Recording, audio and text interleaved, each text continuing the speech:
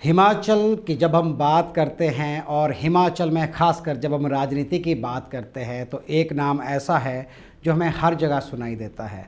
एक नाम ऐसा है जिनके बारे में हर जगह बात होती है, चाहे वो विधानसभा हो, चाहे वो मीडिया हो, चाहे वो लोग हो, या फिर उससे भी बढ़कर जब भी हिमाचल में कोई भी आपातकालीन स्थिति आती है तो वहाँ पे वो नाम सुनाई देता है। हम बात कर रहे हैं मंत्री जी जो रेवेन्यू मिनिस्टर है, हॉर्टिकल्चर मिनिस्टर है और साथ ही साथ ट्राइबल मिनिस्टर है जगत सिंह नेगी जी की। तो आज इनॉक्स हिमाचल न्यूज़ में हम आपकी बात करवाएंगे, आपकी मुलाकात करवाएंगे जगत सिंह नेगी जी से। नमस्कार सर। नमस्कार। आपका स्वागत है इनॉक्स न्यूज़ में। धन्यवाद। सबसे पहली बात तो मुझे ये लगता है कि जैसे आपने एक तरह से विधानसभा को भी हाईजैक कर लिया, आपने मीडिया को भी हाईजैक कर लिया, आपने लोगों को भी हाईजैक कर लिया कि जहाँ देखो सबकी ज़ुबान पे सिर्फ इस समय आप ही का नाम है। ऐसा क्या है? नहीं, कोई ऐसी बात नहीं है, क्योंकि विधानसभा के अंदर भाजपा जो हमारा विपक्षी दल है उनके सोचने में और उनके कथन और करने में बहुत बड़ा फर्क है। जब भी हम कोई वैचारिक बात वहाँ रखते हैं तो उस समय इनको बहुत ज़्यादा तकलीफ होती है, और जब हम अपनी बात रखते हैं उसको सुनने को तैयार नहीं होते हैं। ये अपनी बात ये चाहते हैं कि इनकी बात जो है सुनी जाए और जनता में सिर्फ एक ही वर्षन जाए। जब हम अपनी बात रखकर जो बात इन्होंने कही है उसको कटाक्ष करते हैं तो इनको बड़ी तकलीफ होती है, और ये कोशिश करते हैं कि किसी तरह से जनता के बीच में सच्चाई ना जाए। तो इसलिए जो है थोड़ा बहुत जो है वहाँ पर तकरार होता है। तो इसलिए नेगी जी सुर्खियों में बने रहते हैं। नहीं, वो सुर्खियों का नहीं है, क्योंकि बीजेपी खुद ही मतलब मुझे मौका दे रहे हैं, क्योंकि वो कई बार मुझे जो है बाइकआउट कर देते हैं। जो शब्दावली की इस्तेमाल की बात होती है कि विधानसभा में शब्दावली का जो इस्तेमाल है, जिस तरह से जयराम ठाकुर जी की तरफ से इल्ज़ाम लगाया जाता है, या फिर रणधीर शर्मा जो है वो प्रेस कॉन्फ्रेंस करते हैं स्पेशली कि आरएसएस को लेकर के भी जो शब्दावली का इस्तेमाल किया वो सही नहीं किया है और नेगी जी को माफ़ी मांगनी चाहिए। तो उसके बारे में आपको क्या लगता है? हाँ, इसके बारे में तो एक जो हमारा विधानसभा की जो प्रोसीडिंग्स है वैसे तो लाइव है, परंतु उसमें भी थोड़ी कमी है। वो कमी इसलिए है कि जो बोल रहा है उसका वर्षन तो जो है लाइव उसमें टेलीकास्ट हो जाता है, परंतु जो उसको बीच में डिस्टर्ब कर रहा है या जो उसको बोलने नहीं दिया जा रहा है वो उसके अंदर दिखाया नहीं जाता है, और इसी से जनता के बीच में एक तरफा बात होती है। अब जैसे मान लो नेता प्रतिपक्ष अपनी बात कह रहे हैं या मैं उसमें कह रहा हूँ अपनी बात, और जब वो मुझे बीच में रोकते हैं, टोकते हैं या जो ये हल्ला गुल्ला करके मुझे बोलने से रोकते हैं, वो वर्षन उसमें नहीं आता है। तो लोगों के बीच में जो है एक फैक्ट जो है वहाँ नहीं जाता है। अब जहाँ तक वैचारिक बात है, अब हमें किसी से पर्टिकुलर किसी से पर्सनल कोई रंजिश या कोई शत्रुता नहीं है। ये लड़ाई है हमारी विचारधारा की लड़ाई है। हम जिस विचारधारा से आए हैं वो कांग्रेस की विचारधारा है। कांग्रेस की विचारधारा ही इस देश को आज़ादी दी है, इस देश का संविधान दिया है, और उसके बाद आज़ादी के बाद आज अगर हम 21वीं शताब्दी में पहुँचे हैं, ये सब कांग्रेस की विचारधारा है। आज देश की एकता और अखंडता की बात करते हैं, संविधान की हम बात करते हैं। 2 दिन पहले ही हमने संविधान की शपथ ली संविधान दिवस पे, पर क्या केवल संविधान का शपथ लेके हम उसकी हत्या करें, एक तरफ से उसका हनन करें? तो इन बातों को लेके अगर हमने अपनी बात रखी, उन्होंने तो अपनी बात रख दी थी, जब हम इसका जवाब दे रहे थे तो इनको बड़ी तकलीफ हुई। और मैं आपसे ये कहना चाहता हूँ आपके चैनल के माध्यम से कि आज तक एक शब्द भाजपा के लोग ये बताएं कि मैंने कोई अनपार्लियामेंट्री किया हो या मैंने कोई किसी किस्म की कोई मतलब अब्यूज़ यूज़ किया हो। वो तो बोलते नहीं, ये कहते कि इन्होंने जो बदतमीजी की, इन्होंने जो है ऐसे शब्दावली का इस्तेमाल किया। यही बात होती है अक्सर। तो वो शब्द तो बताए ना, कम से कम एक शब्द ये जो नेता प्रतिपक्ष है या जो बीजेपी के दूसरे हमारे माननीय सदस्यगण है या इनके प्रवक्ता है, ये एक शब्द तो बताएं जो मैंने कोई अनपार्लियामेंट्री कहा हो या कोई मतलब गाली के या ग्लोज के रूप में कहा हो। एक शब्द का जिक्र तो करें। अगर मैं ये कहूँ कि भाजपा की विचारधारा आरएसएस के साथ जुड़ी हुई है और आरएसएस की जो विचारधारा है किस किस्म की है, उतना तो मेरा अधिकार है, संवैधानिक मुझे कहने का अधिकार है कि कांग्रेस की ये विचारधारा है और हम जो दूसरे विचारधारा है, जो महात्मा गांधी के हत्यारे हैं, उनकी विचारधारा को मैं क्या जगजाहिर नहीं करूँगा? क्या हिंदुस्तान का इतिहास जो है बीजेपी जो लिखेगी? इतिहास तो लिखा जा चुका है, स्वतंत्रता संग्राम का इतिहास लिखा जा चुका है। उसमें कौन माफ़ी मांगने वाले लोग थे, कौन से ऐसी संस्थाएं थी जो अंग्रेज़ों के साथ चले। भाजपा का तो जन्म ही जो है 1950 के बाद में हुआ है। ये तो पहले जो है ये भारतीय जनता दल बाद में नाम बना, पहले जनसंघ था। ये तो उसके बाद 77 के बाद जाके बीजेपी बनी है। पर इनकी विचारधारा शुरू से ही जो है देश के खिलाफ रही है, धर्म के का जो है लोगों को बांटने के खिलाफ रही है, और इस देश की एकता और अखंडता के लिए ये बहुत खतरनाक जो है एक विचारधारा है। हम उस विचारधारा के विरोध में जब बोलते हैं तो ये सारे लामबंद हो जाते हैं, चाहे आरएसएस वाले हैं, चाहे बीजेपी वाले हैं, और वो जो है एक झूठ बोलकर मुझे जो है नीच दिखाने की कोशिश करते हैं। पर ये कभी नहीं कहते कि मैंने क्या कहा। विधानसभा के रिकॉर्ड पे आप जाके देख सकते हैं कि कोई शब्द कभी मैंने जो है कोई ऐसा कहा हो। अब वहाँ पर भी ये बात होती है कि भाई ये जो विचार रख रहा है इसको ही मतलब क्या कहते हैं निकाला जाए। अगर हम विधानसभा में स्वतंत्र हैं, हमें कॉन्स्टिट्यूशन संविधान जो है विधायकों को और माननीय जो हमारे सांसद हैं उनको एक सबसे बड़ी जो छूट है या एक सबसे बड़ी जो प्रिविलेज है वो है कि हम जो पार्लियामेंट के अंदर या विधानसभा के अंदर बतौर विधायक या सांसद कहते हैं उसके खिलाफ में किसी भी कोर्ट में हमें जो है हमारे खिलाफ कोई मुकदमा नहीं किया जा सकता। वो इसलिए रखा हुआ कि स्वतंत्रता की जो आज़ादी है वो हमें दी गई है।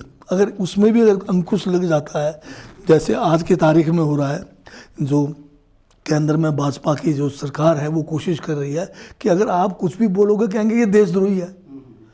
अब अगर हम देश के हक में भी बात करें हम देशद्रोही हो जाते हैं। तो ये सब मतलब जो भाजपा के पक्ष में अगर बात नहीं है तो वो देश के भी पक्ष में नहीं मानी जाती। बिल्कुल यही हो रहा है। अब आप देख लीजिए सोनम वांगचुक की बात कीजिए, वो किसी समय से भाजपा के समर्थक रहे। उन्होंने क्या किया, उन्होंने जो है वहाँ के एनवायरनमेंट को लेकर, वहाँ जो चीन ने जो भूमि जो है नाजायज़ कब्जा कर दिया है, इन मुद्दों को उन्होंने बड़े खूबी से उठाया। और वो 1000 किलोमीटर जो है कोई 15,000 की हाइट से उतरकर जो है 200-300 के जो के हाइट पे नीचे तक आया दिल्ली तक। पर उनको जो है अपनी बात रखने का मौका नहीं मिला। उस समय भी उनको जो है बंद किया गया और अभी वहाँ पर जो भी बात हुई सब उनके ऊपर डाल दिया। जो एक दुनिया में माने जाने जो है मौसम विज्ञानी कहिए, चाहे आज़ादी की बात करने वाले कहिए, इतने पेटेंट उनके नाम पे, एजुकेशनिस्ट कहिए, जिनको बड़े बड़े अवार्ड्स मिले हैं, इंटरनेशनल अवार्ड्स मिले हैं, आप उनको देशद्रोह बोलकर बंद कर दोगे तो इस देश के लोकतंत्र का क्या होगा? ये बहुत बड़ी चिंता का विषय है। एक सर सवाल उठता है हिमाचल में ओबीसी पॉपुलेशन की तरफ से। हिमाचल में अप्रॉक्सीमेटली 14% ओबीसी हैं और जो 14% ओबीसी है उनका एक ये है कि जो 26% जो उनको मिलना चाहिए रिजर्वेशन वो उनको नहीं मिल रहा अभी तक, और तकरीबन 16 से 17% तक ही रिजर्वेशन मिल पाता है। उसको लेकर के उन्होंने पीछे रैली भी की थी और धरना भी हुआ है काफ़ी, और अब भी सरकार से ये मांग है कि इसको इम्प्लीमेंट किया जाए। क्या इसमें किसी तरह का कोई इशू आ रहा है कि जो इम्प्लीमेंटेशन नहीं हुआ है आज तक, या कुछ इस तरह का प्रॉब्लम है? ओबीसी को लेकर अगर आप पिछला इतिहास देखेंगे, मंडल कमीशन के समय क्या हुआ, यही पार्टी है जो ओबीसी का विरोध करते हैं। और कांग्रेस पार्टी ने हमेशा हर किस्म के रिजर्वेशन को जो है आगे बढ़ाने का, संवैधानिक तरीके से आगे करने का जो है पक्ष रखा है।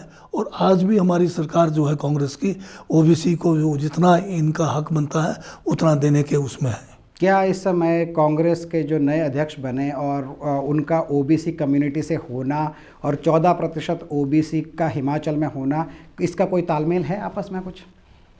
नहीं, उसका तो कोई डायरेक्ट तालमेल नहीं है, पर कांग्रेस कमिटेड है कि जो भी रिजर्वेशन जो कानूनन बना है, चाहे वो ओबीसी का है, चाहे एससी का है, चाहे एसटी का है या महिलाओं का है, सबके लिए हम जो है कमिटेड है और उसको पूरा करेंगे। विनय कुमार जी का कांग्रेस अध्यक्ष बनना, मतलब क्या 2027 की तैयारी में कहीं कहीं कहीं उसका एक रोल है? मैं इसको कुछ अलग एंगल से देखता हूँ। 2027 हमारे लिए बड़ा मुद्दा नहीं है। हमारा मुद्दा हिमाचल में ये है कि पिछली भाजपा की नालायक सरकार ने, जबकि डबल इंजन उनके पास था, ये बोलते थकते नहीं थे कि दिल्ली में उनकी सरकार थी बीजेपी की, हिमाचल में भी उनकी सरकार थी, तो चाहते तो हिमाचल की आर्थिकी को पटड़ी पे ला सकते थे।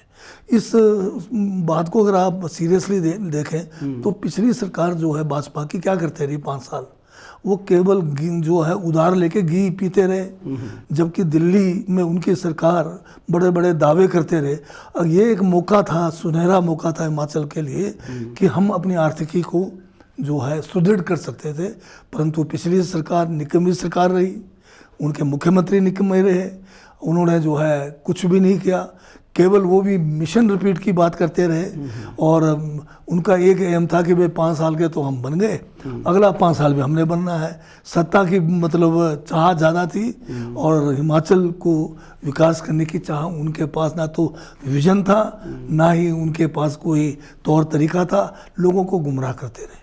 एक बात होती है कि कांग्रेस की तरफ से ये कहा जाता है कि भाजपा ने हिमाचल का जो खजाना है उसको खाली करके रखा है। सुक्खू जी अक्सर ये कहते हैं, मुख्यमंत्री, माननीय मुख्यमंत्री जी, और वहीं भाजपा कहती है कि अभी की जो सरकार है ये सिर्फ लोन पे टिकी है और ये लोन पे लोन लिए जा रही है। वहीं एक सवाल और उठता है कि जयराम जी की सरकार के आखिरी वर्ष में तकरीबन 1500 करोड़ का लोन भी लिया गया था। ये भी एक वक्तव्य आया था मुख्यमंत्री जी की तरफ से। तो क्या भाजपा के समय पर ज़्यादा लोन लिया गया है या कांग्रेस अभी लगातार लोन ले रही है? तो क्या हिमाचल अब सिर्फ लोन पे ही चलता रहेगा? ये जो लोनिंग की बात है, ये कोई भी सरकार हो बिना लोन के आज चल नहीं सकती है। केंद्र की सरकार भी अरबों खरबों लोन लेके ही चल रही है। और अगर एक हिसाब के हिसाब से 200 लाख करोड़ का जो है कर्जा केंद्र की सरकार की, जब मनमोहन सिंह जी जो है गवर्नमेंट थी और छोड़ के गए, उस समय केवल 55 जो है 100 जो है इसके 55 लाख का जो है केवल कर्ज था। अब कहाँ वो 200 लाख में पहुंच गया है। तो हिमाचल का भी यही जो है हुआ भाजपा के समय में। मैं वही कह रहा हूँ कि डबल इंजन थी तो ये एक मौका था, परंतु जब ये गए तो 75,000 करोड़ का बारी बरकम कर्ज हमें छोड़ के गए। और जाते जाते जो है मिशन रिपीट के लालच में इन्होंने जो है आखिरी साल में जो है हज़ारों जो है नए इंस्टीट्यूशंस खोल दिए। ना तो उनके लिए बजट था, ना उनके लिए कोई मैन पावर इन्होंने वो किया था, सिर्फ लोगों को गुमराह करने के लिए ये बड़ी बड़ी घोषणाएं करके चले गए।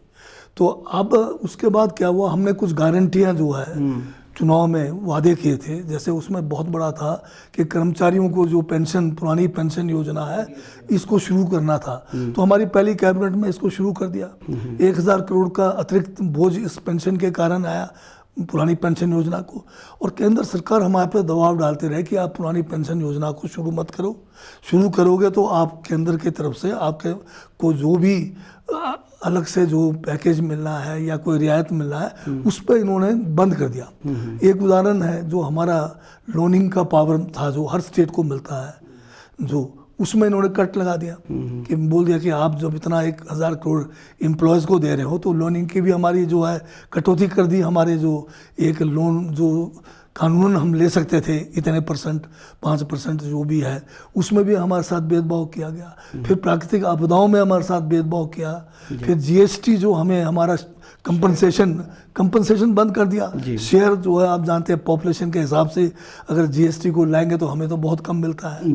फिर रेवेन्यू डेफिसिट ग्रांट हमें नहीं मिल रहा है। तो सारे किस्म के जो केंद्र से हमें सहयोग मिलना चाहिए वो इसलिए बंद कर दिया क्योंकि हम जो है कांग्रेस की सरकार है। अगर यहाँ बीजेपी की सरकार होती तो शायद ये और ज़्यादा करते। ये अलग बात है कि 2000 जो पहले जो सरकार बनी उसमें 18 से लेकर 22 तक उसमें उसका फ़ायदा इन्होंने उठाया नहीं। जो पैसा आया उसका इन्होंने दुरुपयोग किया। वो बड़े बड़े रैलियां करते रहे। एक 80 रैलीज तो ऐसे थे जिसमें 70 लाख के तंबू लगते थे एक एक रैली में। फिर उसमें जितने जो है लाने का ले जाने का मिला के अरबों रुपए जो है उन रैलियों में खर्च किया। 3 बड़े बड़े और रैली हुए जिसमें प्रधानमंत्री या दूसरे बड़े केंद्र के मंत्री आए। फिर एक इसी धर्मशाला में इन्वेस्टर मीट के नाम से बहुत बड़ा जो है आयोजन हुआ जिसमें भी अरबों रुपए खर्च हुए, पर आया क्या? कुछ भी नहीं आया। उसमें तो ये भी है कि गग्गल में एक आईटी पार्क की भी उस टाइम पे घोषणा हुई थी और उसका भी तो काम शुरू हुआ है मेरे ख्याल से। वो उसी समय में हुआ था इन्वेस्टर मीट के टाइम पे। अभी कोई भी काम शुरू नहीं हुआ जो मेरे ध्यान में नहीं है। तो जो इनकी घोषणाएं थी एक भी जो है सिरे नहीं चढ़ी है, क्योंकि ये सिर्फ ये सपना ले रहे थे कि हमने 5 साल तो मज़े कर लिए और 5 साल जो है हमें मिल जाएगा। अच्छा, वो अनाउंसमेंट के उसमें। इसमें एक बात जैसे आपने कही कि ओपीएस लागू किया गया, पर आज भी पेंशनर जो है वो सड़कों पे उतरे हुए हैं, तो ऐसा क्या कारण है कि ओपीएस लागू भी हुआ लेकिन पेंशनर अभी भी सड़कों पे पेंशन नहीं मिल रही है? अब पेंशन को लेकर भी कई किस्म के जो है समस्याएं खड़ी है। कुछ तो भाजपा के कारण भी खड़ी है। जो एरियर्स उन्होंने नहीं दिया वो भी हमारे पे आ गया। जी बिल्कुल। एम्प्लॉयज़ का जो रेगुलर एम्प्लॉयज़ अभी है उनके भी जो एरियर्स थे वो सारे हमारे पे आन पड़ा है। जैसे एचआरटीसी का एरियर जो है, जो डीए है वो 2016 से अभी तक नहीं मिला, तो वो तो पिछले सरकार के टाइम का भी वो पेंडिंग। सारे हमारे ऊपर आ गया है। तो अब लोग जो है अपनी बात तो उठाएंगे ही उठाएंगे, परंतु सरकार की कोशिश है, हमारे माननीय मुख्यमंत्री पूरे कोशिश कर रहे हैं किस तरह से हिमाचल के अंदर जो संसाधन है अपने जो सीमित संसाधनों को भी दोहन किया जाए। जिसमें एक कोशिश की थी कि हमारा इतने सारे पावर प्रोजेक्ट्स हैं और यहाँ पर जो है बहुत सारे प्रोजेक्ट्स जो है केंद्र सरकार के पीएसयूज़ के द्वारा चलाया जा रहा है। अब भाखड़ा बांध को देख लीजिए, इतना बड़ा प्रोजेक्ट है। पोंग डैम को देख लीजिए। तो ये सारे प्रोजेक्टों का जो डायरेक्ट हमें बेनिफिट मिल रहा था वो हमें नहीं मिल पा रहा है। कभी आप बीबीएमबी को लेकर सुप्रीम कोर्ट से हम केस किसी समय जीत चुके हैं, परंतु जो आज भी 4000 करोड़ के करीब ये बीबीएमबी से हमें मिल रहा है वो केंद्र सरकार हमें दिला नहीं पा रही है। और उसके अलावा हमने यहाँ कोशिश की थी कि इन पावर प्रोजेक्ट्स का जो पानी के ऊपर वाटर सेस लगाए, वाटर सेस का कानून बना, सेस भी लगाया, परंतु कोर्ट में जाके जो है केंद्र सरकार के पीएसयूज़ भी चले गए कोर्ट में। जबकि उत्तराखंड में वाटर सेस लगा हुआ है, जम्मू कश्मीर में वाटर सेस लगा हुआ है, प्रोजेक्टों के ऊपर वाटर सेस लगा हुआ है, तो हमें जो है सेस लगाने भी नहीं दे रहे हैं। तो इस तरह से हमारे हर काम में रोड़ा लगाकर ये चाह रहे हैं कि हिमाचल जो है आर्थिक बोझ से कांग्रेस की सरकार गिर जाए, इस किस्म की कोशिश है। इन्होंने सरकार गिराने की कोशिश भी की, अनैतिक तरीके से की, विधायकों की खरीद फरोख्त के द्वारा डरा धमका कर जो है आपने देखा होगा पिछला जो चुनाव था हमारा, हम लोग जो है मेजोरिटी में थे, उसके बावजूद 9 विधायक जो है दल बदल गए। अब इन्होंने दल बदल जैसे जो है अनैतिक काम को भी इन्होंने जो है भाजपा ने सत्ता की लालसा में उस काम को भी घिनौनी काम को भी इन्होंने किया है। जी। एक सर आपने बीच में एक बात कही पोंग डैम, और मेरे ख्याल से अभी 2 दिन पहले ही पोंग डैम के जो विस्थापित हैं उनको लेकर के आपकी एक मीटिंग धर्मशाला में थी, एक कॉन्फ्रेंस थी जिसमें कि बहुत सारे लोग इकट्ठा थे। क्या हो रहा है पोंग डैम के विस्थापितों को लेकर? इतने साल हो गए, अभी तक बहुत से ऐसे हैं जिनको आज तक पट्टे नहीं मिले हैं, बहुत से ऐसे हैं जिनको पट्टे ऐसी जगह पे मिले हैं जो कि रीचेबल ही नहीं है, या राजस्थान में तकरीबन बॉर्डर एरिया पे जाके मिले हैं। तो उनको लेकर के क्या अभी तक लेटेस्ट अपडेट हमारे पास क्या है, किस तरह का काम हो रहा है उस पर? पोंग बांध विस्थापितों की व्यथा है, ये आपने सही फरमाया, परंतु ये अभी का नहीं है, ये किसी समय से चला हुआ है।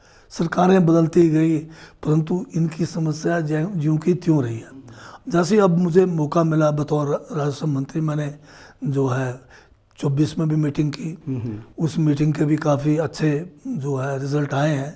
एक केंद्र में हाई पावर्ड कमेटी है जो सेंटर में वाटर जो कमीशन है उसके जो अध्यक्षा जो सेक्रेटरी करते हैं, उस हाई पावर्ड कमेटी की बैठकें लगातार हो रही है और हमने उसमें अपनी बात को जो है बड़ी मजबूती से रखा है और उसके परिणाम भी अच्छे निकलने हुए। इसमें 16,000 परिवारों को ये जो है राजस्थान में बसाने के लिए ये जो है बाध्यता थी और इसके लिए जो है नियम भी बने, परंतु उन 16,000 लोगों में से केवल आज की तारीख में 9,905 लोगों को ही हम जो है ज़मीन वहाँ पर जो है दिला पाए हैं। बाकी अभी 6,000 से ज़्यादा लोग हैं जिनको ज़मीन मिलना है। ये बात भी ठीक है कि गंगानगर में इनको जो है स्थापित करना था, परंतु गंगानगर में इन्होंने दी नहीं राजस्थान सरकार ने। अब जो है ये हमें बीकानेर जो पाकिस्तान के बॉर्डर के साथ है, जहाँ पानी भी नहीं है, अब ये हमें वहाँ पर धकेल रहे हैं। तो अभी हमने इस मामले को भी केंद्र के अंदर उठाया है, केंद्र की तरफ से इनको डायरेक्शंस भी गए हैं और बहुत सारी समस्याएं इनको लेकर है। अभी पिछले 2 दिन पहले भी हमने पूरी बैठक की है और हमारा डीसी जो RNR का होता है उसकी पिछले बार जो है राजस्थान का जो है गवर्नमेंट के साथ कई बैठकें की और कई चीज़ों के समस्याओं का हल भी हुआ है। परंतु अभी 6,000 से ज़्यादा लोग जो इंतज़ार में हैं जिनको मिलना है, ये बड़ा मुद्दा है। और हम अभी जो है ये फैसला किया है पिछले मीटिंग में कि एक बड़ी बैठक राजस्थान सरकार के साथ हो सके तो मुख्यमंत्री लेवल पर एक बैठक पौंग बांध को लेकर, विस्थापितों को लेकर हम जो है शीघ्र करेंगे। अन्यथा फिर नहीं तो मैं जो है बतौर रेवेन्यू मिनिस्टर मैं भी वहाँ पर जाके वहाँ के रेवेन्यू मिनिस्टर से इस मामले को जो है तेज़ी से निपटाने का जो है कोशिश करेंगे। एक सर, आप जनजातीय मंत्री आप हैं, तो जनजातीय ज़िले की जब हम बात करते हैं जिसमें किन्नौर आता है, लाहौल स्पीति आता है, चंबा आ गया, या शिमला का भी आई थिंक कुछ पार्ट है, तो या सिरमौर आ गया, तो जनजातीय जो जगह हैं उनकी डेवलपमेंट की जब हम बात करते हैं तो अभी एक बात कही जाती है कि वहाँ पे बहुत सारी जगह ऐसे, बहुत सारे गांव ऐसे हैं जहाँ तक रोड कनेक्टिविटी नहीं है, एक बात। और दूसरा ये है कि क्या हम उन जगहों में टूरिज़्म की डेवलपमेंट के लिए भी कुछ कर रहे हैं या कोई विज़न है आगे सरकार का?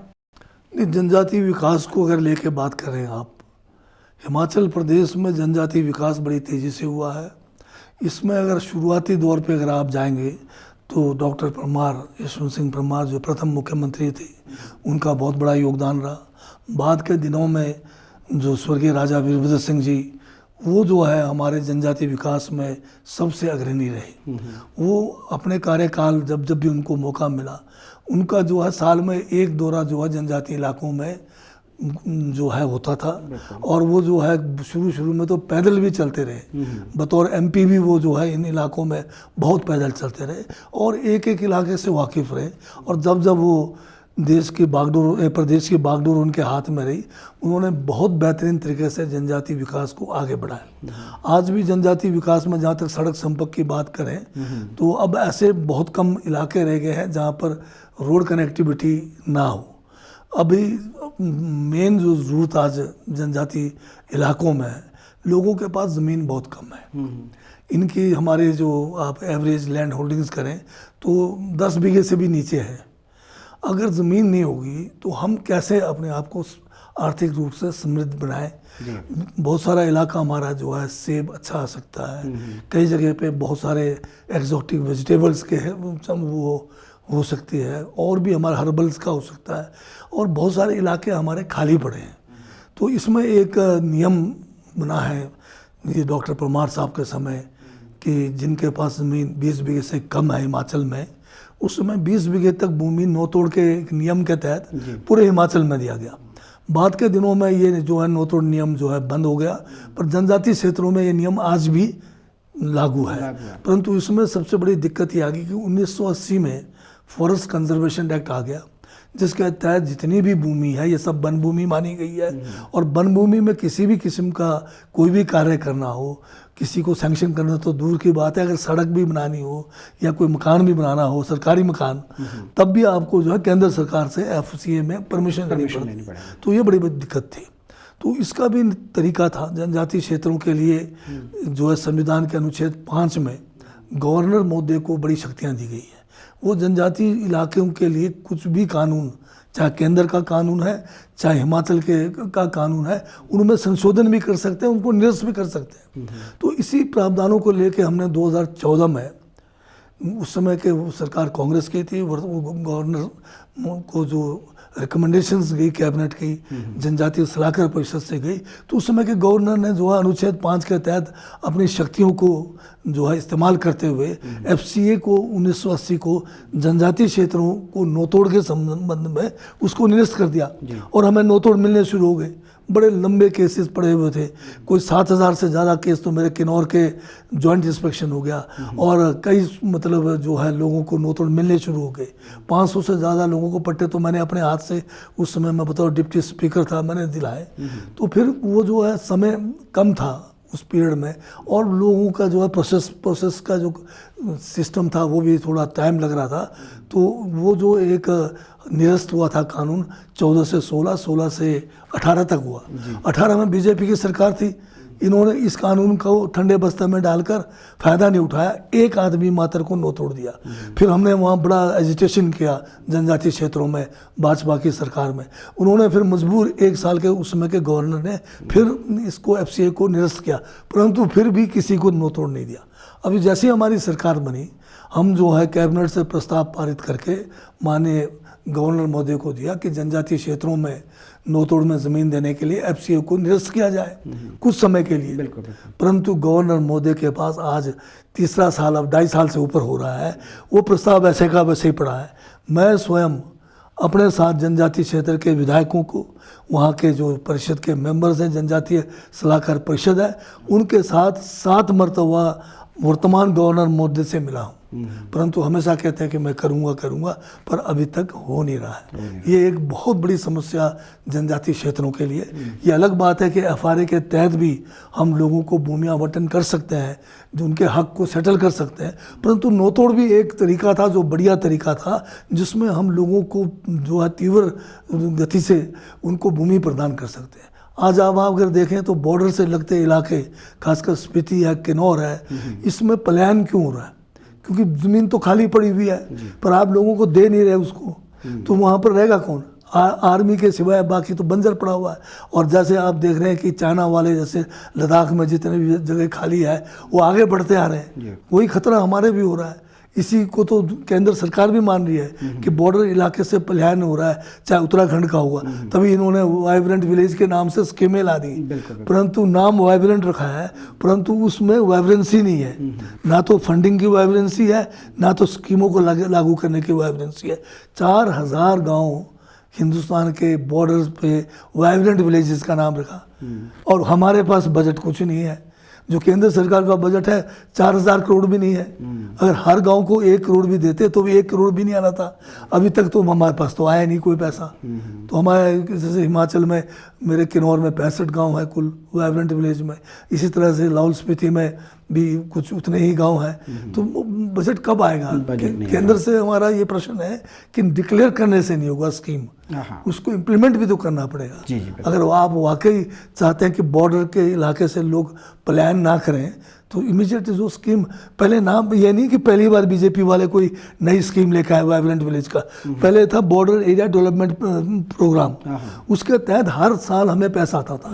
जैसे ही भाजपा की सरकार आई, इन्होंने जो BADP का पैसा देना बंद कर दिया, और हम प्रश्न भी उठाते रहे कि भाई ये क्यों पैसा नहीं आ रहा है BADP का। उसमें पूरे ब्लॉक्स आते थे, अब इन्होंने उसमें कम कर दिए। जैसे मेरे किन्नौर में 2 ब्लॉक जो है, कल्पा ब्लॉक और पूह ब्लॉक आते थे, जिसमें कोई 100 से ज़्यादा गांव आते थे। अब इन्होंने क्या कर दिया, काट के 65 गांव कर दिए। उसी तरह से स्पीति का पूरा एरिया आता था। तो ये जो है BADP को बंद करके नाम बदलने में माहिर है बीजेपी के लोग। स्कीमों के नाम बदल देंगे और फिर उसमें फंडिंग नहीं करते। जी, मतलब फंडिंग नहीं आई। अब उस पर एक सवाल मैं जानना चाहूँगा आपसे, जो बहुत से हिमाचल में लोग जानना चाहते हैं, कि जब उनके क्षेत्र से कोई भी MLA जो सरकार में नहीं होता, अपोजिशन में होता है, या फिर इंडिपेंडेंट MLA कोई होता है, तो उनका हमेशा एक इल्ज़ाम रहता है कि जब लोग पूछते हैं कि हमारे यहाँ ये काम क्यों नहीं हो रहा, तो वो बोलते हैं कि हम सरकार से बात कर रहे हैं, ये हमारे पास कोई पावर नहीं है, सब सरकार के पास है। तो क्या ऐसा होता है कि जो एक इलेक्टेड MLA है उसके पास सच में कोई भी पावर नहीं होती कुछ भी करने की, वो बिल्कुल ज़ीरो पे होता है, सिर्फ सरकार ही कर सकती है, अपोजिशन का कोई भी MLA अपने क्षेत्र में किसी भी तरह का कोई भी विकास खुद कर ही नहीं सकता? ये कोई पहली बार की समस्या नहीं है। ये जो आज ऑपोजिशन में, पिछले बार पोजीशन में थे, हम उस टाइम ऑपोजिशन में थे, तो हमारे साथ किस किस्म का रवैया जो है इनकी सरकार का रहा है वो भी जग जाहिर है। मुझे तो बतौर MLA जब मुझे काम करने नहीं दिया गया, कमेटियों में मुझे जो है DC के नीचे बिठाया गया, तो मैं जो है हाई कोर्ट में गया, परंतु मुझे अफसोस इस बात का है कि 5 साल निकल गए, हाई कोर्ट से भी मुझे जो है उस समय कोई मतलब रिलीफ नहीं मिला। हाँ, ये ठीक है कि एमएलए को काफ़ी दिक्कतें फेस करनी पड़ती है। वो जो अगर पक्ष में है तो उसको थोड़ा कम फेस करना पड़ता है, विपक्ष में उसकी तकलीफ़ें या उसको ज़्यादा है, उसको डीसी के ऑफिस से फलाने के ऑफिस में दौड़दार, वो तो हमारे जो है सरकारी पक्ष के विधायकों को भी रहता है। परंतु विधायक क्षेत्र विकास निधि शुरू की गई है, जिसमें एक कम से कम कहो कि पैसा आपके पास है सालाना, मान लीजिए हिमाचल में हमारे पास 2 करोड़ से ऊपर है, तो ये पैसा आप विकास में अपने क्षेत्र में लगा सकते हैं। ये तो आर्थिक रूप से है। फिर दूसरा आपके पास एमएलए प्रायोरिटी स्कीम्स है, जो नाबार्ड से हम जो लोन लेते हैं, जिसमें सड़क को लेकर, जल को लेकर या पानी की जो सिंचाई को लेकर, ये हमें जो है एक घोषित रकम दी जाती है कि इतना मतलब आपके एमएलए के पास एक किटी है, इसमें आप चाहे सड़क बनाओ, चाहे पानी लो, चाहे 10 करोड़ का बनाना है। अगर आपके किटी के हिसाब से मान लो आपके पास 100 करोड़ का किटी मिला है तो आपके चॉइस पर है। इतनी पावर मतलब अपोजिशन के एमएलए के पास भी है कि एटलीस्ट वो अपने क्षेत्र में कुछ तो विकास कर सकता है। बिल्कुल, ये एमएलए प्रायोरिटी, इसमें जो भी प्रायोरिटी वो माननीय विधायक देंगे वो ही स्कीम लिया जाएगा। ये जो नाबार्ड के जो स्कीम्स है उसमें करोड़ों की स्कीम्स आती है। फिर दूसरा प्रधानमंत्री ग्रामीण सड़क योजना है, उसमें भी विधायकों की जो है राय के मुताबिक ही सड़कों को बनाया जाता है। तो PMKVS है, कृषि योजना है बहुत सारे पावर्स हैं। परंतु आज की तारीख में एमएलए के इंस्टीट्यूशन को पक्का करने की ज़रूरत है। जो बात आपने उठाई है, चाहे वो सत्ता में है चाहे विपक्ष में है, मैंने इस आशय को लेकर पिछले बार विधानसभा में जो है वर्तमान जो है परिस्थितियों में विधायक की भूमिका पर जो है प्रस्ताव लाया था, उसमें इन बातों को सब हमने लिया। आज हम सत्ता में है, आज फिर हम भी आज सत्ता में रहकर आपने हमें जो बात बताई है, हम भी यही चाहते हैं कि चाहे पक्ष में रहे विधायक, चाहे विपक्ष में रहे, विधायकों को जो है एक संवैधानिक पोस्ट पे जब है तो उनको जो है और ज़्यादा जो है सरकार के अंदर काम करने का अख्तियार मिलना चाहिए।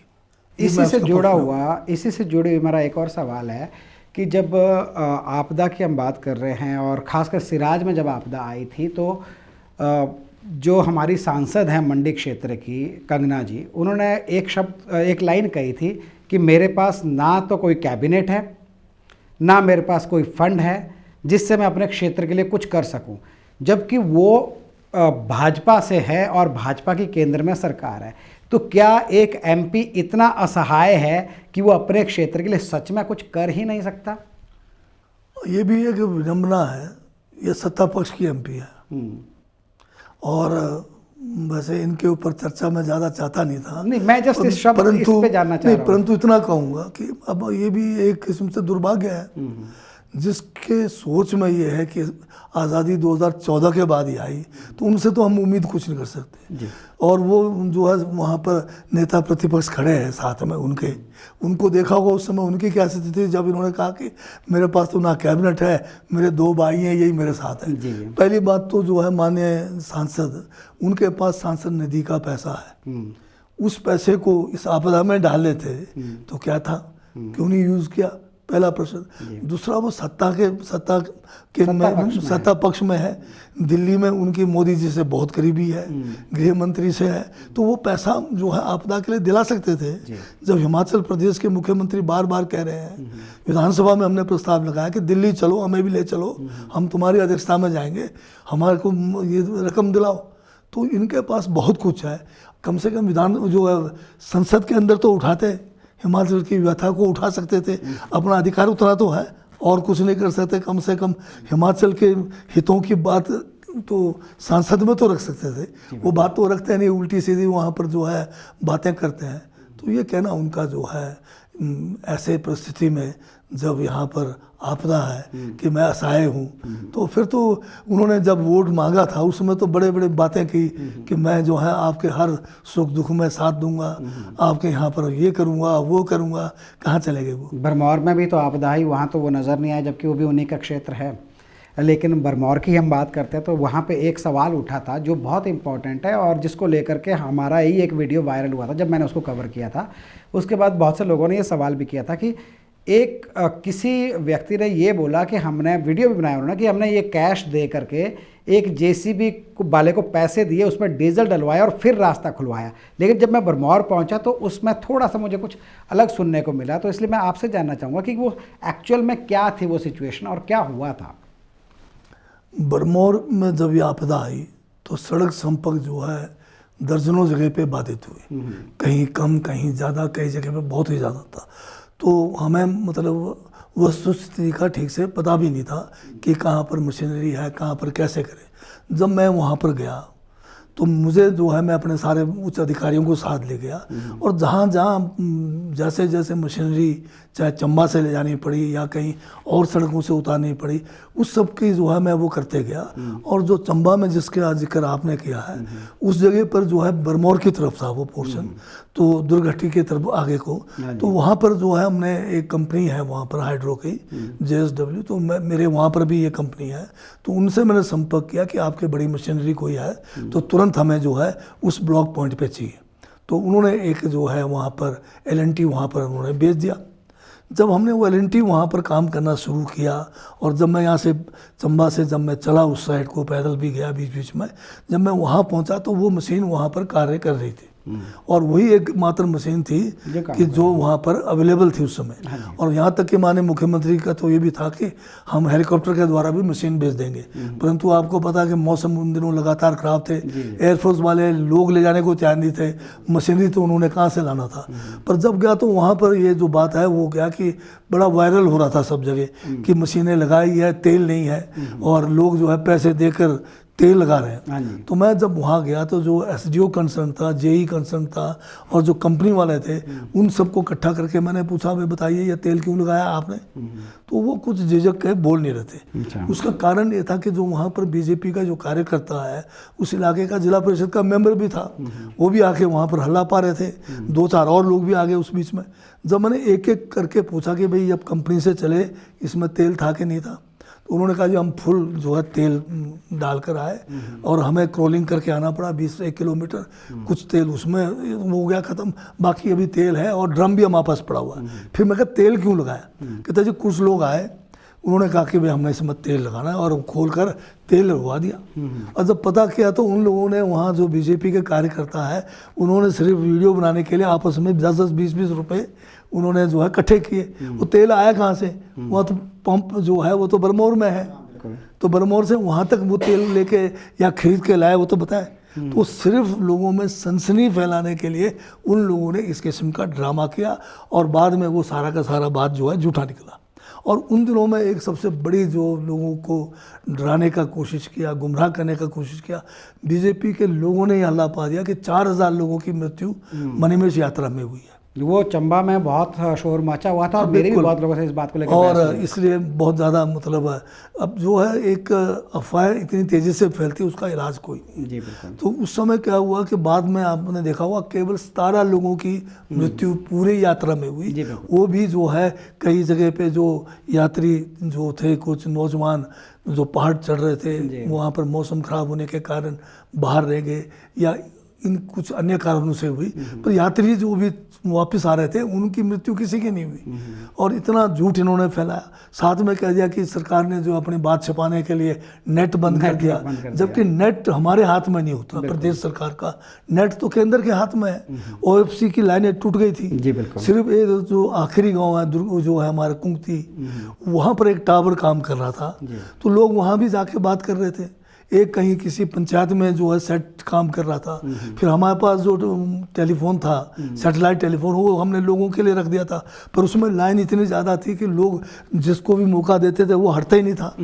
तो फिर उसके बावजूद भी कुछ लोगों ने कॉन्टैक्ट्स किए, पर लोगों को हम ये पहुंचाने में थोड़ा लेट हो गए कि इतनी बड़ी त्रासदी में कोई इतनी ज़्यादा लोगों की जो है नुकसान मृत्यु नहीं हुआ है। और इस त्रासदी में बहुत अच्छा काम जितने भी हमारे लंगर थे, चाहे बाहर से आए, प्रदेश के बाहर, पंजाब से आए, अन्य जगह से आए, हमारे पंचायतों के लोगों ने लंगर लगाए। ये जो यात्री वापस आए जिनको 3 दिन पैदल चलना पड़ा वापस चंबा तक, गंतव्य तक पहुंचने के लिए, जब तक सड़कें नहीं खुली, उनको रहने के लिए, उनको खाने के लिए उन्होंने बहुत अच्छा कार्य किया है। उनकी जो है मैं सराहना करना चाहता हूँ आपके चैनल के माध्यम से कि उनको तो मैंने ये भी किया है कि अगले बार मिंजर के मेले में जितने भी लंगर वाले हैं उनको जो है हम सम्मान करेंगे, क्योंकि उनके बगैर जो लंगर वाले और दूसरे जो पंचायत के जो लोगों ने वहाँ इन यात्रियों को जो है ऐसे मुसीबत में सहयोग किया, और ख़ासकर जो ये बीजेपी के लोगों ने जो अफवाहें फैलाई, ये जो है बहुत ही गलत किया, क्योंकि हज़ारों लोग जो है परिवार जो है बिलखते रहे, क्योंकि उनको जब तक संदेश नहीं मिला कि वो ठीक है तो उनको तो ये लगा कि 4000 में उनके भी परिजन होंगे। और हेलीकॉप्टर की बड़ी कोशिश की, मुख्यमंत्री को बार बार जो है केंद्र में डिफेंस मिनिस्टर तक बात करनी पड़ी। मौसम साफ होने के बावजूद भी हेलीकॉप्टर नहीं आए पठानकोट से। हमारे पास 2 छोटे हेलीकॉप्टर थे जिसमें 4 आदमी जाते थे, डेड बॉडीज़ को बड़े मुश्किल से निकाला, परंतु आखिरी दिनों में जो है हेलीकॉप्टर आए, बड़े हेलीकॉप्टर भी आए। 4 करोड़ का जो है 4.5 करोड़ का बिल जो है हिमाचल सरकार वायुसेना को दे रही है। हेलीकॉप्टर चीनूक हेलीकॉप्टर आया था। हाँ, जो भी हेलीकॉप्टर हमने एयरफोर्स से लिया, चीनूक लिया या दूसरा MI-17 लिया, तो ये कोई मुफ्त में नहीं है, कोई केंद्र सरकार के जो बीजेपी वाले हल्ला करते हैं कि अच्छा, उसमें सपोर्ट केंद्र की तरफ से नहीं रहा, बल्कि वो आपको बिल आया। हाँ, वो 4.5 करोड़ रुपए का बिल हमने कैबिनेट में पास किया है वायुसेना को देने के लिए। ये कोई मुफ्त में कोई सेवाएं नहीं आती है। और जो है उस समय जो है जो रिकॉर्ड समय में हमने जो सड़क को बहाल किया वो आपके सामने है। बिल्कुल। हमने हर एक ब्लॉक पॉइंट पे कोई ना कोई अधिकारी तैनात किया, कहीं SDO खड़ा है, कहीं SC खड़ा है, कहीं हमारा जो है एक्सचेंज खड़ा है, कहीं पर हमारे जो है दूसरे SDM खड़ा है। हम तभी जाके जो है ये सड़कें एक साथ खुल गई। ये बीजेपी वाले तो कहते थे 3 महीने 4 महीने से पहले नहीं खुलेगा। हम अब इसको क्लोज करेंगे इस सेशन को, लेकिन क्लोजिंग से पहले एक सवाल मेरा है, उसके बाद एक और रहेगा। ये छोटा सा सवाल है कि क्या नेगी जी कभी हिमाचल में मुख्यमंत्री के पद पे हमें देखने को मिलेंगे? मुख्यमंत्री तो मैं तो कभी उसके लिए सोचता नहीं हूँ। जो भी जब मुझे पार्टी की तरफ से जो भी काम दिया गया है मैं उसको कोशिश करूँगा बखूबी निभाने का। और चलो एक आखिरी सवाल, ये थोड़ा सा पेचीदा भी है और इस समय बहुत ज़रूरी भी है। जयराम ठाकुर वर्सेस जगत सिंह नेगी, ये मीडिया में, लोगों के बीच, विधानसभा में, ये हर जगह है। आखिरकार मसला क्या है? क्या कोई आपस में कुछ तालमेल नहीं बनता या कुछ इशू है या क्या है? नहीं, इसमें अगर आप इसको थोड़ा पीछे में जाएं, थोड़ा समय लगेगा, इसमें बोलना ही पड़ेगा। जब मैं विपक्ष में था, जयराम जो है प्रदेश के मुख्यमंत्री थी, तो हम भी उसमें जो है अपने बातों को रखते थे। ये अलग बात है कि जयराम उस समय भी हमें बोलने से रोकते थे। बतौर मुख्यमंत्री तो सुनना चाहिए था उनको, उस समय भी नहीं सुनते थे। सुनने की इनकी क्षमता नहीं है। ये जो है सिर्फ गुणगान ही सुन सकते हैं, क्रिटिसिज्म जो है सुन नहीं सकते। ये उस समय हम कहते थे हिमाचल की आर्थिकी के बारे में या जनजातीय क्षेत्र के विकास के बारे में, तो ये जो है बड़े हल्के में हमें लेते थे। मुझे उस समय भी कहते थे ये जो ठंडे इलाके का आदमी कैसे गर्म हो रहा है, और ये व्यक्ति, मतलब इस किस्म की मतलब एक उनके अंदर भावना थी, पता नहीं अपने आप को बड़ा सुपीरियर समझते थे। मैं उनको डट के जवाब देता था, तो उसी समय से ये तकरार चला। फिर उसके बाद में क्या हुआ, इनके मंत्री भी ऐसे थे। एक ने तो मुझे देशद्रोही तक बोल दिया। तो इनकी मानसिकता बड़ी खराब रही है मेरे प्रति। मुझे देशद्रोही कहना, मुझे जो है ठंडे इलाके का आदमी कहना, क्यों गर्म हो रहा है, इस किस्म की शब्दावली ये करते रहे। अब जब मैं जो है पक्ष में हूँ, वो विपक्ष में चले गए, मेरे जगह पे वो चले गए। अब वहाँ जो है नेता प्रतिपक्ष को भी एक सीमा के तहत अपनी बात रखने का, नियम के तहत मौका है। ये नियमों को मानते ही नहीं। अब वहाँ जो है हर मुद्दा, चाहे पक्ष का है चाहे विपक्ष का है, उन्होंने खड़े हो जाना। वो सोचते हैं कि नेता प्रतिपक्ष के रूप में मेरी हाईलाइट हो, वो दिखाना चाहते हैं कि मैं ही जो है विपक्ष का सब कुछ हूँ। वो यहाँ तक कि विपक्ष के साथी जो प्रश्न पूछते हैं, सप्लीमेंट्री पूछने का अधिकार उसी को होता है जिसका प्रश्न होता है, वो उनका सप्लीमेंट्री भी खा जाते हैं। अच्छा। और जब हम जवाब देते हैं तो वो सुनने ही नहीं चाहते, क्योंकि हम विचार की बात करते हैं, संविधान की बात करते हैं। खुद कहते हैं कि संविधान ऐसा है, खुद कहते हैं कि लोकतंत्र ऐसा है। जब हम कहते हैं कि लोकतंत्र की हत्या हो रही है, संविधान की हत्या हो रही है, तब वो सुनेंगे नहीं। मैंने आज दिन तक, अभी तक एक शब्द कभी उनके जो है खिलाफ में जो अब्यूजिव कहे या गाली गलौज के रूप में कभी नहीं कहा, कभी बोले तो सही। अभी भी मैं उनको चैलेंज करता हूँ कि ये बताएं कि मैंने क्या बदतमीजी की। हम कोशिश करेंगे उनको बुलाने की। बुलाइए आप। वो कहते हैं कि मुझे बदतमीज, बदतमीज का मैंने देखा डेफिनेशन क्या होता है। मतलब एक तो खराब आचरण। मेरा क्या खराब आचरण है? मैं अगर अपनी बात को ज़ोर से कहता हूँ, तेज़ आवाज़ में कहता हूँ, तर्क रख के कहता हूँ, मैं हिंदुस्तान के इतिहास के बारे में कहता हूँ, मैं आरएसएस की विचारधारा के बारे में कहता हूँ, जो बीजेपी का झूठ है, जो बीजेपी का ढकोसला है, मैं अगर उनके बारे में बात कहता हूँ तो ये चिढ़ते क्यों हैं? इनको मिर्ची क्यों लगती है? फिर ये कहते हैं प्रेस में जाके बदतमीज है। मुझे बताइए बदतमीज कैसे रहा मैं? बदतमीज तब होता है जब मैंने कोई खराब आचरण किया हो या कोई मैंने गाली गलौज किया हो। एक शब्द तो बताए। अब इन्होंने मुझे बदतमीज कहा तो चाहूँ तो मैं इनको भी जो है, ये आज कह रहे थे कि कर्मचारी नेताओं को नोटिस दूंगा ओपीएस के बारे में। मैंने तो इनको नोटिस दिया हुआ है। पिछले बार जो इन्होंने मेरे से हर किस्म की जो बाहर प्रेस में जाके इन्होंने मेरे खिलाफ बदतमीजी वाला काम उन्होंने जो मेरे खिलाफ किया, उसका नोटिस दिया है मैंने वकील के थ्रू। अभी तक जवाब नहीं आया। अभी इन्होंने दोबारा कहा ये बदतमीज है, प्रेस में जाके कहा है। विधानसभा में अंदर तो जो कह दें वो चल पड़ता है, क्योंकि हम एक दूसरे को अगर बोलेंगे तो बाहर उसके ऊपर हम एक्शन नहीं ले सकते। परंतु इन्होंने प्रेस में भी जाके कहा कि बदतमीज है। पहले बताइए तो बदतमीजी का डेफिनेशन समझते हैं जयराम जी? क्या होता बदतमीजी? एक शब्द निकाले वो जहाँ मैंने बदतमीजी की हो। अगर मैं अपने संविधान की बात करता हूँ वो बदतमीजी है। अगर मैं लोकतंत्र की हत्या की बात करता हूँ वो बदतमीजी है। और मैं कहता हूँ कि नेता प्रतिपक्ष जो है नियमों को नहीं मानते हैं, ये बिना नियम के जो है स्पीकर के परमिशन के बिना खड़ा होकर वहाँ पर हमेशा दखल देते हैं, ये क्या बदतमीजी है? तो ये मेरा सवाल है कि पहले जयराम ने तो बताया बदतमीजी किस बात की हुई। बदतमीजी तो उनके तरफ से हो रही है जब वो कहते हैं कि ये व्यक्ति, मुझे नहीं कहते कि ये विधायक, कहता है ये व्यक्ति। इस तरह से ये व्यक्ति क्या होता है? फिर कहते हैं कि अपनी खाल में रहो।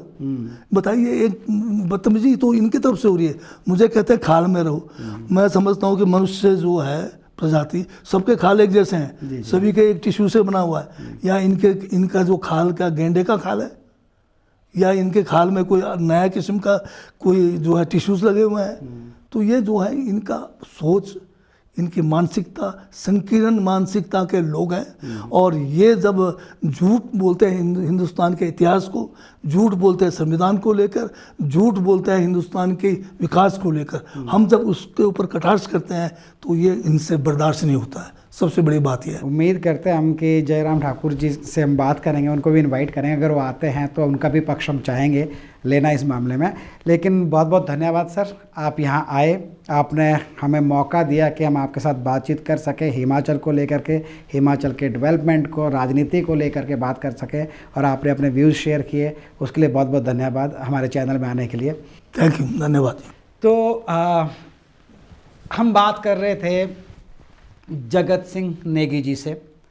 नेगी जी ने अपने विचार साझा किए हैं हिमाचल को लेकर के। अगर आपको लगता है कि इसी तरह के और भी सवाल हमें और भी लोगों से पूछने चाहिए, किस तरह के सवाल होने चाहिए, आप कमेंट में ज़रूर लिखिएगा, ताकि हमारे इस पॉडकास्ट में अगर अगली बार कोई भी दूसरे मंत्री आते हैं, कोई भी कैबिनेट मिनिस्टर आता है या अपोजिशन के लीडर आते हैं, तो हम उनसे भी वो सवाल पूछ सकें। अगर आपके मन में कोई सवाल है तो कमेंट बॉक्स में ज़रूर लिखिएगा, इस वीडियो को शेयर ज़रूर कीजिएगा, और आपकी जो भी राय है इस पॉडकास्ट के बारे में वो भी कमेंट बॉक्स में लिखिए, जितना हो सके पॉसिबल है। और अपने विचार हमारे साथ साझा ज़रूर कीजिए। चैनल को आप फॉलो और सब्सक्राइब जरूर कर लीजिए। मैं हूं अजय के सकलानी, नमस्कार।